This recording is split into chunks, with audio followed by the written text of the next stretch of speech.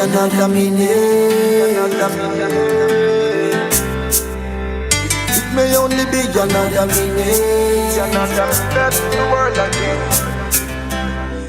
Not many persons can say them born with gold spoon in their mouth, but whether you're born with gold spoon, silver spoon, or no spoon, you can make something of yourself.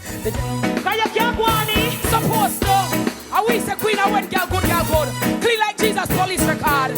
Yes, I have beauty in the brain.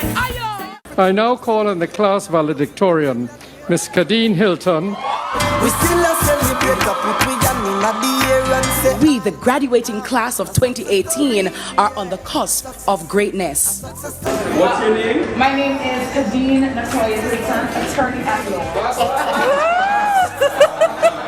I am a success story, yeah, success, a success story. I am a success story, yeah, success, a success story.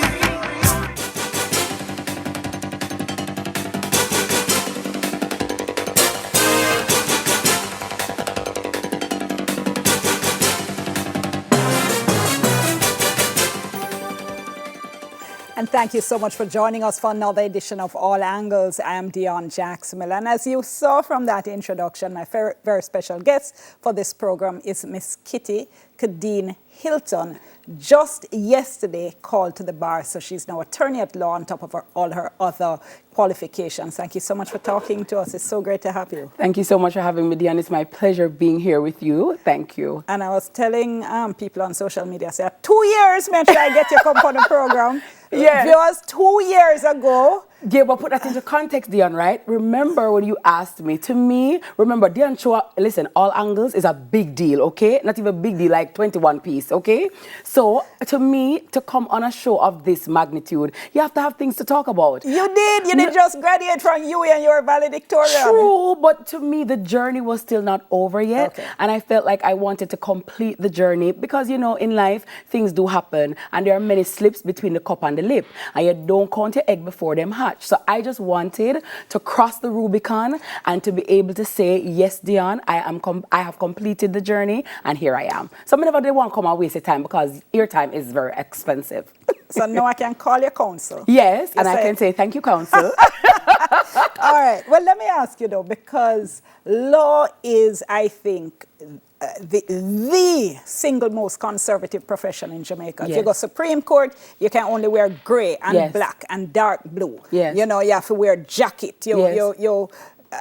If you skirt them too short, the judge them say they can't hear you. Yes. Never experienced that, viewers, but I've heard told. Neither have I. I've heard told Yes. that the judges will say, counsel, we cannot hear you. Yes. If you skirt too short. So your persona on stage and on air is so colorful, so flamboyant. How is it that you're drawn to this ultra-conservative profession? Because it is not just about the conservativeness of the profession, it's about the advocacy, it's about justice, it's about being an avenue or medium through which the voiceless, those who aren't able to get a big lawyer, or when you want to see justice served. So the conservative dress, as a part of my character, I'm a multifaceted person. So I know when to, where to, and how to. So if the court requires me to dress in sober colors, that is what I will have to do. I have done so for the past 2 years, but while attending the Norman Manley Law School, you have to dress in court attire, and I have had court experience.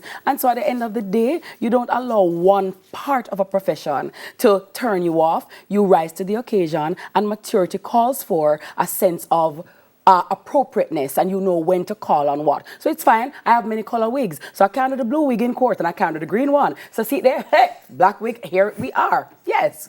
However, though, I noticed that you're calling black mask, but glitter upon the mask. Absolutely, because you have to, yeah, because guess what? In law, you can still, even though conservative, you can still have your personality. So within the parameters of what the court says and what the law represents, you can still have your own individualism. The law doesn't rob you of that.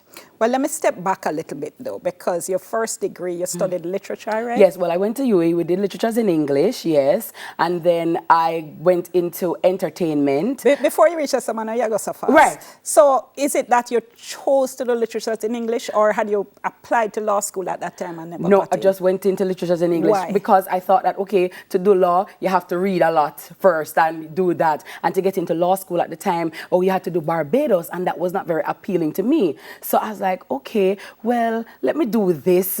And then I wanted to do Karamak at one point. And at that time, being at a young age, you're uncertain as to where you want to go or the direction to go there. And I just got into UAE to do literatures in English, and I did it. There are a lot of people who feel that liberal arts degrees like that are a waste of time, waste of money. What's your thought? Well, I definitely think that no education is wasted in terms of development, because education is not just the paper in your hand, and it's not just the certificate at the end of the day. It's about meeting lecturers who are impactful, meeting fellow students who are impactful, being exposed to knowledge and information to which you were not privy before. So, for example, doing a philosophy class or doing a philosophy course or even doing Spanish or doing a Shakespeare course, those things open up your mind and allows you to, think differently. Your perspectives change. Maybe you came in thinking this way, and when you hear the lecturer and you study, you say, oh, okay, gives you a new perspective and an outlook. But does that help you get a job?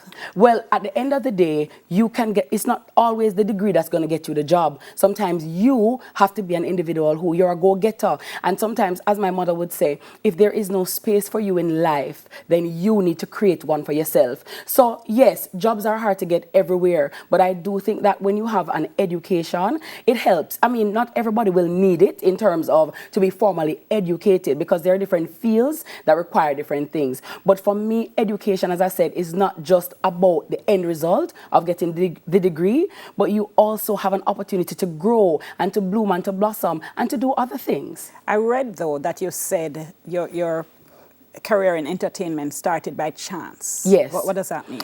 Well, I never thought about entertainment. First of all, growing up, you want to be a lawyer, a doctor, a teacher, an accountant, a soldier, a police officer, the traditional professions. Nobody says, oh, you want to be in entertainment. First of all, you don't even think that probably you can make money, or it just seems informal. So that's not your first choice. So I started really by being invited on a youth program on RJR. And it just snowballed from there. So I started the youth program, young persons giving their views about issues affecting young people. Then it snowballed into me getting my own show. I used to have a sex show actually called Frank and Up Front. I want to say that hello was to a Helen late night Stennett. one? Late night one, yes, 1 a.m. to 5 a.m. Gotta tell you, yes. And then Alan and Doreen would come in the morning. What was it like? Because that shift is hard. Yes, it's very hard. But it was great, challenging, but I rise to the occasion, and I always like a challenge, because as a young lady in that position, a lot of people may have doubted whether or not I could succeed or whether or not I could do it. You're never afraid? I'm afraid, yes, but I take it on the same way. Come and just say, God, help me. Please send the right people. And you reach out to people, and I believe in hard work. So, okay, if this is what it takes, this is what I want to do, and mediocrity is not a part of who I am. So anything I do, it have a shot. So it's being on air is one thing, because Yes. that can be scary enough when you start. But Yes. as you say, a sex show, Yes. 1 o'clock in the morning. Yeah, man, which is right. And you're not too long come out of UAE. People always want to talk about sex. There are a myriad of issues that we have to discuss. I can imagine. And not even in any particular sexual way, but there are sexual reproductive health issues, STI issues, STD issues, relationship issues. So one thing that is a common thread is that, and people always have issues. And it's funny, you have people who are nocturnal creatures. So when everybody else might be sleeping, some people are actually up at night. You have a lot of security guards who are up at night, police officers are up, soldiers are up, people up at night. People are going to dance them up. You can tune in to Miss Kitty. And then call you. Absolutely. If them call, some of them even will call me now and say, Miss Kitty, a long time I listen to you, From them time, they will say, aye, blessed love, respect. Speaking of that, though, when was Miss Kitty born? I think Miss Kitty was born I used to have some T-shirts that had Miss Kitty's Pussycat Lounge on it. And I just loved... What the show did name? The shirt said, the T-shirt said Miss Kitty's Pussycat Lounge. And so I just liked it. I thought it was tongue-in-cheek, and it was, you know, a little racy, risque. And so I bought it in every color. So I had the yellow, the red, the purple, the white, the pink. And then everybody's like, no, man, what are you, name is Kitty? Oh, you have every... And it just kind of stuck like that. Okay. Yeah. The persona that is Miss Kitty, though. Yes. Is that Khadine?